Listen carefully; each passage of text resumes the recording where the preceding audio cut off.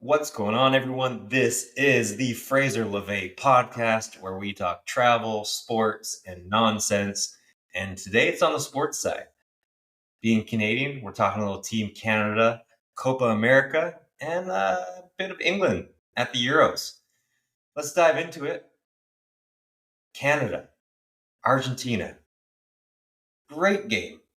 Maybe not great game, but if you told me or any Canada fan we'd be tied with the World Cup champions after the first half ends, would take it all day. Our effort.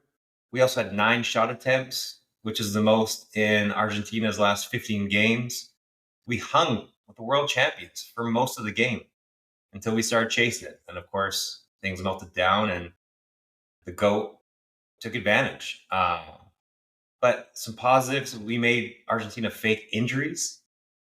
They were wasting time. They're just poor sports, lack of a better term, over and over because they're scared. We scared Argentina. They came out of halftime 20 minutes late, maybe 10, but 20 minutes late sounds better. Because mind games, they needed mind games to try and beat Canada. So that's a win. Sounds very Canadian to be like losing is a win, but it is. We were the 46th ranked team in the world. So, I mean, the fact that we gave an incredible game to any fan, an outsider, loved the game.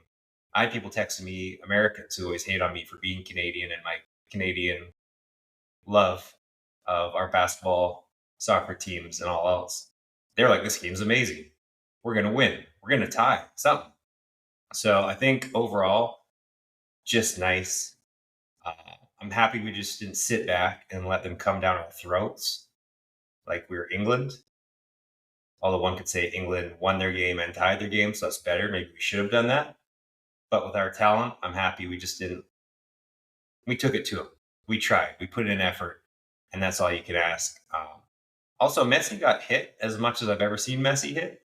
I mean, we had some crunching tackles on Messi, and most were fair. So that was great. And yeah, let's get in a little recap of the game. Talk about England. Funny tweets on England, by the way. I'm going to talk about the Canada game, but quick segue. And the best tweets about Gareth Southgate were Gareth Southgate would wear a helmet on a Peloton. Gareth Southgate would plug his battery in and charge it when it's at 99%, or he puts his battery on low power mode when his phone's at 99%. He wears condoms when he masturbates. That wasn't a tweet. I just made that one up. That's probably bad. I have to edit that one out. But yeah, as we can see, I love how Canada didn't have the Gareth Southgate model.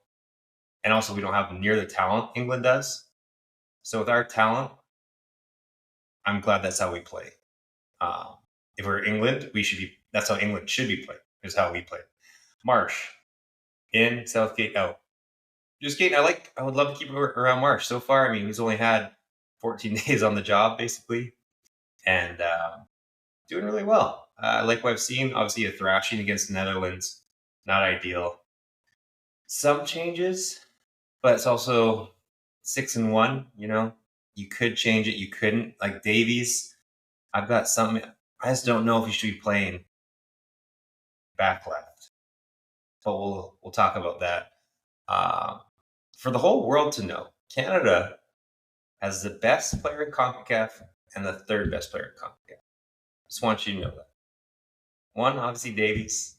Third is Jonathan David, who's twice in a row second leading scorer in Ligue 1 in France, behind the best player in the world currently, Kylian Mbappe. That's not bad. It's amazing, actually, that we have that. So we have that. We also have the 3 fastest players in CONCACAF, maybe in the world. Alphonso Davies, I think, actually is the fastest player in the world. Buchanan's right there. And now Shackelberg, I think white chocolate, we can call him. He might be the fastest white man on earth. So that's got to make the people in Alberta happy, Our goalie thinks he's Manuel Neuer. and plays at center for some of the game. Kind of cool. It's exciting. He had some panache. Also, he played amazing. I'm glad we have him. He broke his leg, of course, in the MLS Cup final, right before the World Cup, or maybe we would have seen him a little bit in the World Cup uh, instead of Boyan. But yeah, things I would like to change. And again, I just, who am I? But we need to discuss something. Let's get to Davies. I think Davies should play in a holding midfield. So here's the reason. On the left wing, we create chances. We almost scored from one of his left wing runs. He's electric on the wing. He obviously plays left back for Bayern Munich, but it's also Bayern Munich. His talent is on par with most of Bayern Munich. He's probably better than a few starters or lots of starters, but he's still the same as every Bayern Munich player in terms of talent level. Canada, he's significantly our best player. And to just kind of keep him on the wing is a bit of a shame. Now, in the ideal scenario, we have multiple Alphonso Davies and Jonathan Davids. And so then, yeah, he can play at left.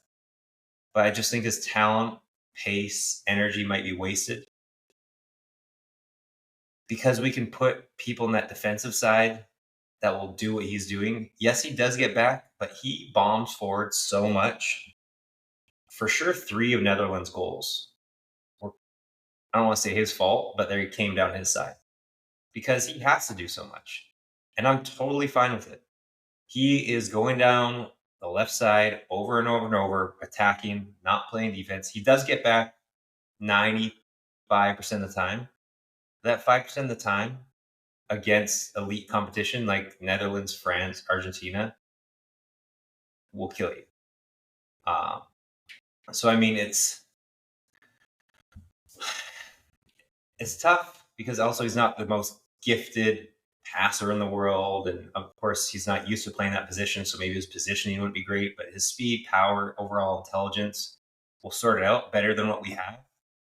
I think Kone, I'll get to him, but I'd rather have however you grade Kone as a player, I'd rather have that at left back and Davies, who's a significantly better passer, and all else in there.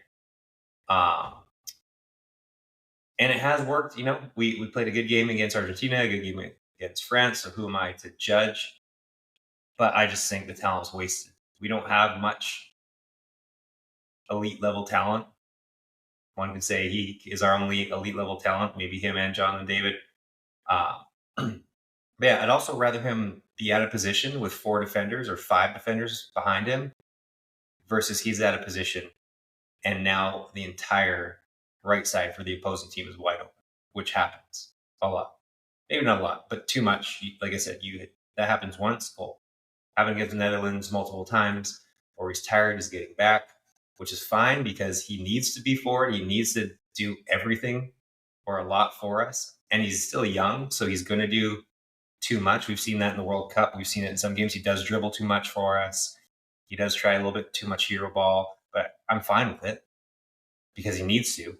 We are the 46th ranked team in the world, and he's a world-class player. But I'd just rather him do it from a position where you've got more defenders behind. So if he is out, 2 other midfielders can be covering for him.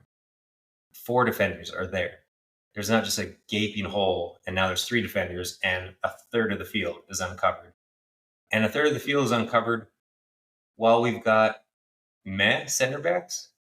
Cornelius played really great. I mean, I think he is going to be solid.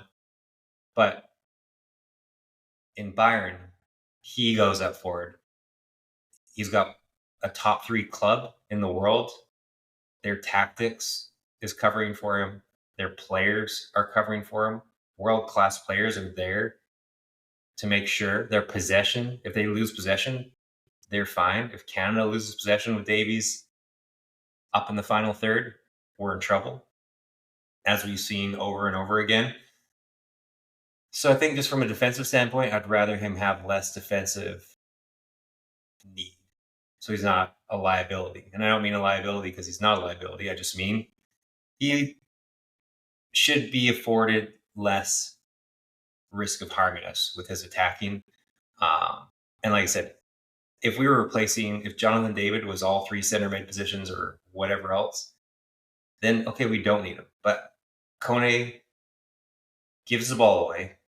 He does way too much. I think he had more passes to the other team each game, by the way, every game than he does Canada.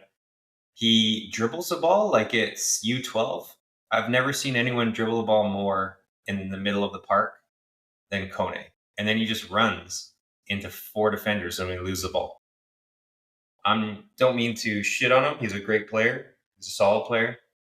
I'm just saying I'd rather have a version of Kone playing left back and just hold and stay defensive and let Davies cover way more ground. Also, it's just a lot easier to cover Davies. Obviously, he does get loose. It's hard to cover him. But on one side, okay, there he is. He's going to come forward. We can throw our right wing, our right back, and maybe someone else to get over there and help. Doesn't always work for them, but it's very easy. Not very easy, but you know what I mean.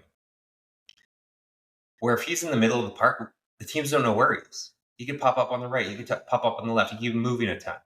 I just think it's with our talent, and I've said it, it's just a bit of a waste. I also wrote up these notes because I've been thinking about it for some time. And then the 30th minute is when we almost scored because he bombed down the left.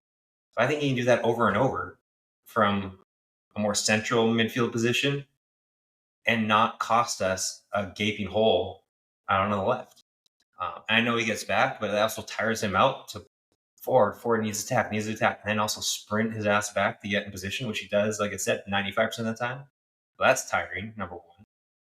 And number two, that other 5% against Argentina, against the Netherlands. We saw the Netherlands, again, scored 3 of their goals against us down to the side, beating him or exposing the space and all that.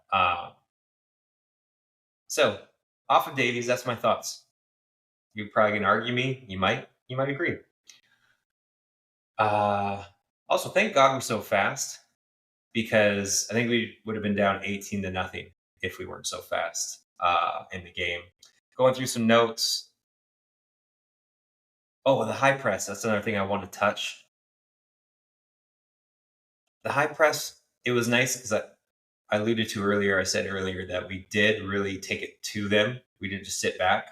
So I think a bit of a press is needed. We didn't do it all the time. But also, I just don't know about high pressing so deep when Argentina has world-class players. I'm fine with high pressing the shit out of not France, England, Germany, Argentina, Brazil, and a few other teams, whatever that is, a handful of other teams. Go ahead. Nicaragua, Ecuador, US, Mexico, go ahead. Argentina, no, it just spreads us out so much and gives them so much more room to go around. Of course, I think where there's a couple times where they're in trouble, Argentina with the ball, that's when you high press. When they've got 4 defenders back and they can just pass the ball around between each other and we're tiring out and looking like idiots and not everyone high presses, not great. And it never, I think it resulted in one corner for us, but it also left us open multiple times and spreads us way out versus staying a little bit more compact. Again, Jesse March knows much more than I do, so not going to kill him for it. But that's something I would think about less, or maybe do it more effectively. Pick our spots more against world-class teams. I'm confused why Kamal Miller isn't starting over Bambito. Also, shout out Bambito. I'm sorry. There was apparently racial epithets towards Bambito, which is ridiculous. It's crazy. There's still this stuff happens. Sad. So I'm sorry, Bambito. Positives. Shackelberg, white chocolate, white lightning, whatever you want to call him. Or I guess just Shackelberg if you don't want to bring race into it, which is fine. But it's less entertaining, isn't it? If you don't call him white chocolate or white lightning. Because white people were typically slow. That's a fact. Wow. His pace, love it. He's almost like a Jeremy Doku from Manchester City. I know he's not. We're not Manchester City, and he's not Jeremy Doku. But I mean it in the fact that Doku comes in at the 70th minute. I know Shackelberg, I think, came in at the 60th, but comes in 70th minute. Doku comes in, the other team is exhausted, and then he just runs at you and is electric. So I love to see Shackelberg. I even had a decent couple shots. He should have had a PK. He shouldn't have had a PK, but that PK, 70th minute, unfortunate he wasn't a few inches deeper, and it would have been a PK.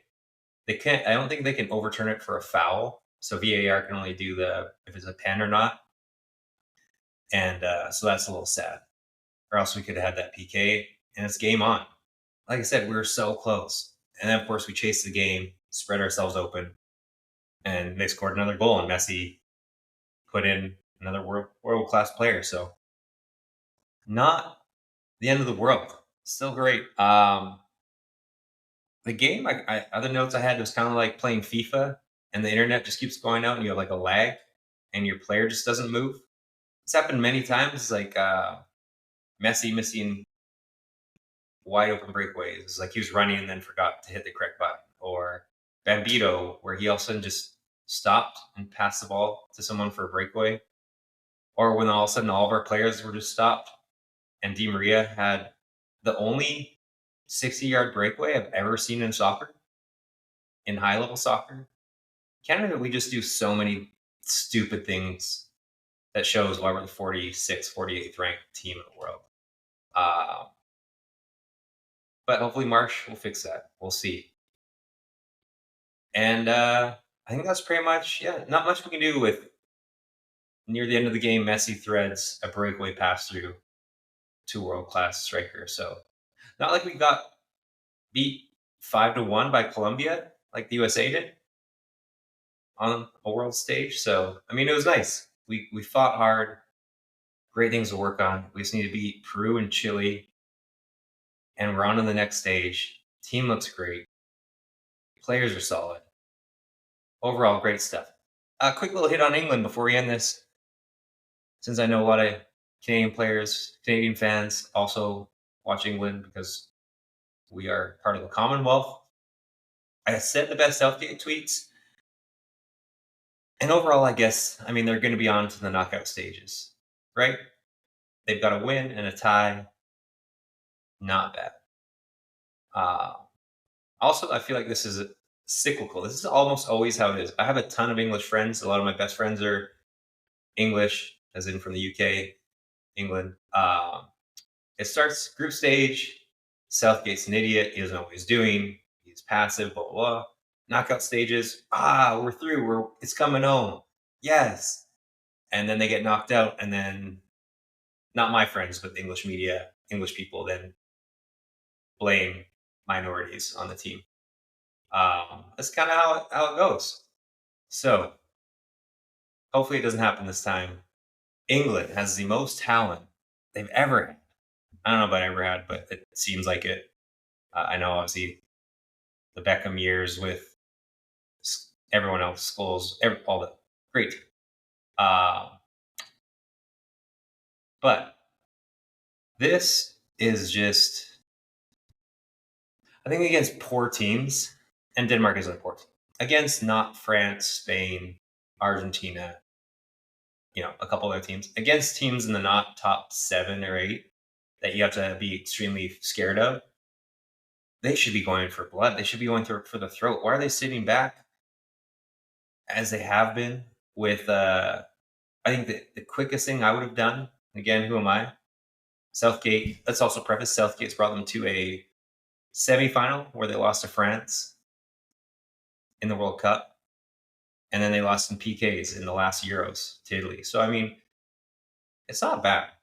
It's great. I mean, it's really good, to be honest. You can't win everything. He's brought him very close. So it's hard to really dump on him, but you still watch the talent on this team and how these last two games have gone. And it's just what? Like these should be 3-0 games, 4-0 games, not almost losing. England almost lost on multiple occasions in that last game against Denmark. Things I would change. Like I said, going back to the midfield, say what you will about Trent Alexander Arnold. I know there's some people saying he did actually some incredible things if you look at stats. And others say, what's he doing? He's lost. He does nothing. Rice is Rice. I would just have one holding midfield. Just Rice in there. Foden, Jude, attacking mids. Jude can still come back some as well. Cover, of course, as obviously a midfield should. He can kind of do it all. He does score a ton, but he can be a bit of more of a box to box type guy. But just scare the teams. Like the best defense is a good offense, and just do that. Then you have Saka out on the wing, whoever else on the other wing, and then Kane with a short leash. Because I mean, I'll get to Kane in a second, but that is where I would start it off with. Get more on the attacking front. They're going to slip up. Foden and Jude going at you, two of the best of that position or at the attacking central mid location. That's just going to absolutely scare. That would be the best duo going at you in the world. So that's what they should do. In terms of Kane, we'll get to Kane. So he's just kind of stuck. Like he's doing what a poacher should do, which is fine. But can he do more? Like, can he play a little bit of defense? Can he chase the ball down a little bit? Can he stretch? He's not fast by any stretch of the imagination, like an Ollie Watkins. Even I'm not sure. I assume Cole Palmer's faster than him. But Palmer, as we saw, was stretching the field, like stretching the defenders to actually have to worry about going deeper. So, which then creates more space for the midfielders. So Kane's just compacting the entire field. He scored his goal that anyone at his position would score. That's not impressive. He's not doing much defensively at all, or at least putting some pressure on people. He looks out of shape. He is older. So I don't know. Like, he is a prolific goal scorer, but I mean, he can and should be doing more, which I think Ollie Watkins would do. And maybe just turn it into you get a half. And if you don't, I guess he did score. So he did something in a half. So it's hard to say he did nothing. But I'm glad he got subbed out. I think he should be on a shorter leash. You know, you tell him, look, if you don't put in the effort in his 45 minutes, stretch the defense, he's kind of saving himself for the knockout rounds, which like I would do in a men's league tournament. But I'm not a professional England number 9, so that's not really okay. You can't save yourself for the knockouts in these kind of levels, or maybe you can. I don't know. He knows more than I do. But yeah, so Kane's got to have a short leash. Obviously, Bowen coming in at that position, maybe not great. There's been a lot of debate about Grealish. Grealish coming on to attack would be significantly better. I'll say that. I wonder if he got left out just from how he is off the field. Would he be a bit of a distraction? Would he be encouraging guys to go for pints? Does he do this during the season? And would he do this during the cup where maybe Southgate wants everyone focused and not any of these distractions that Grealish brings? But it seemed to work all right for Pep. So, I mean, if Pep isn't complaining about him, I don't think it's too much of an issue. But who knows? That could be it. But I mean, shoot, could we get a Cole Palmer on instead of a Bowen? Just not Bowen? I don't know. What else do we have? A few other notes. I guess that's really it. Trippier could go out on the right because that is his position. I think he has one cross from left back, which is He also shrinks the field because he always has to switch to his right foot. It's just not. It's not working. I know they want Kyle Walker in there. Do you maybe put Kyle Walker again in the center back role so he can be on the field and can be a leader? And then you have your best players actually playing their positions, such as a Trent Alexander-Arnold, such as Trippier out on the right. A few things like that. But again, they're going through.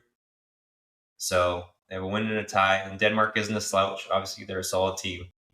But you really think they should be putting these teams away 3-0, 4-0 with the talent they have. But again, anyone can win at any time. We've seen Iceland go on and destroy teams. We've seen Greece go on and do great things. So I guess you can't win 4-0 every game or 2-0, but it just seems like there's a lot more meat on the bone for England. That's a little roundup. We can do some fancy football soon enough. Some bets, some NFL bets, and some Olympic basketball. And then also travel, of course, because this really started out as a travel podcast. But now we're talking whatever I want to talk, which is sports and travel. Maybe some food. Who knows? Bye. This is the Fraser LeVay podcast, also known as the best travel podcast in the universe. Probably inspiredtraveleat.com for travel, food, and life advice. Now I'm saying bye.